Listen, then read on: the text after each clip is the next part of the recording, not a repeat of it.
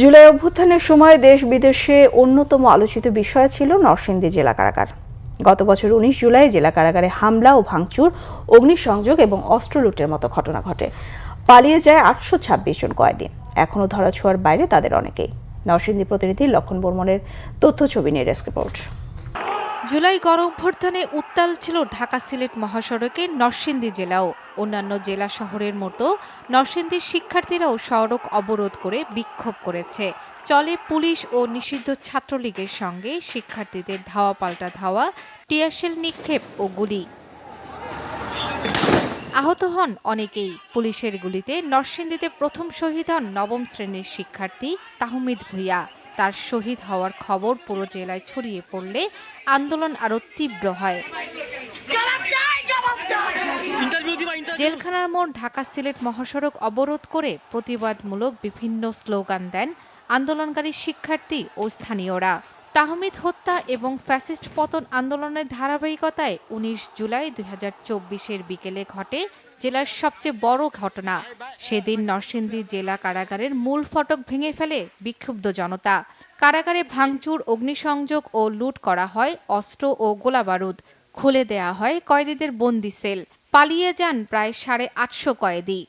আন্দোলনকারীরা যখন জেলখানার ভিতরে ঢুকে, এদের মধ্যে একটা অংশ হচ্ছে গিয়ে যে সকল আসামি বন্দী আছে তাদের লকআপ ভাঙার দিকে চলে যায়, আরেকটা অংশ কারাগারের কেস টেবিল সহ অন্যান্য স্থাপনাতে হামলা করে, ভাঙচুর করে এবং অগ্নিসংযোগ করে। আমরা জেলখানা মোড়ে আন্দোলনটা করতেছি এক দফার দাবিতে। দফা এক, দাবি এক, স্বৈরাচারের পদত্যাগ। তার মধ্যেই বিক্ষিপ্ত কিছু জনতা এটা হয়তো ঘটিয়েছে। জেলখানা মোড়ের দিকে অগ্রসর হই, তখন গিয়ে দেখি ওইখানে অনেকে অস্ত্র, আপনার এই যে ডেক, পাতিল, তালা, চাল, নানা রকম জিনিসপত্র নিয়ে আসতেছে। এনকেএম স্কুলের শহীদ তাহমিদ, তার শরীরে গুলি লাগে এবং তার গুলিটা যে লাগে খুবই কাছ থেকে তার শরীরে গুলিটা লাগে, যার কারণে তার এখান থেকে শুরু করে পুরো শরীরেই তার গুলির ছাপটা দেখা গিয়েছিল। ঘটনার পর কারাগারটি সংস্কার করে পুনরায় বন্দি রাখার জন্য উপযুক্ত করা হয়। তবে এখনও উদ্ধার হয়নি 28টি অস্ত্র এবং 600-রও বেশি গোলাবারুদ। এক বছরে আত্মসমর্পণ এবং পুলিশের অভিযানে কারাগারে ফিরেছেন 650-রও বেশি কয়েদি। বাকিরা এখনও ধরাছোঁয়ার বাইরে। 9 জন জঙ্গি ওই সময় পালিয়ে যায়।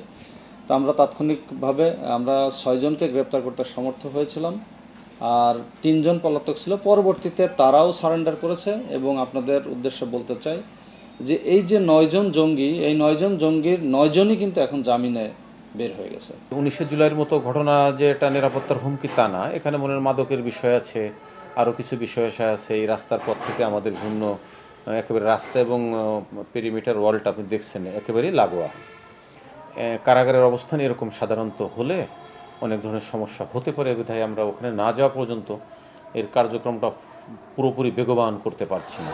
জেলা প্রশাসনের তথ্য অনুযায়ী জুলাই গণঅভ্যুত্থানে নরসিংদীতে শহীদ হয়েছেন 20 জন, আহত হন 450-রও বেশি।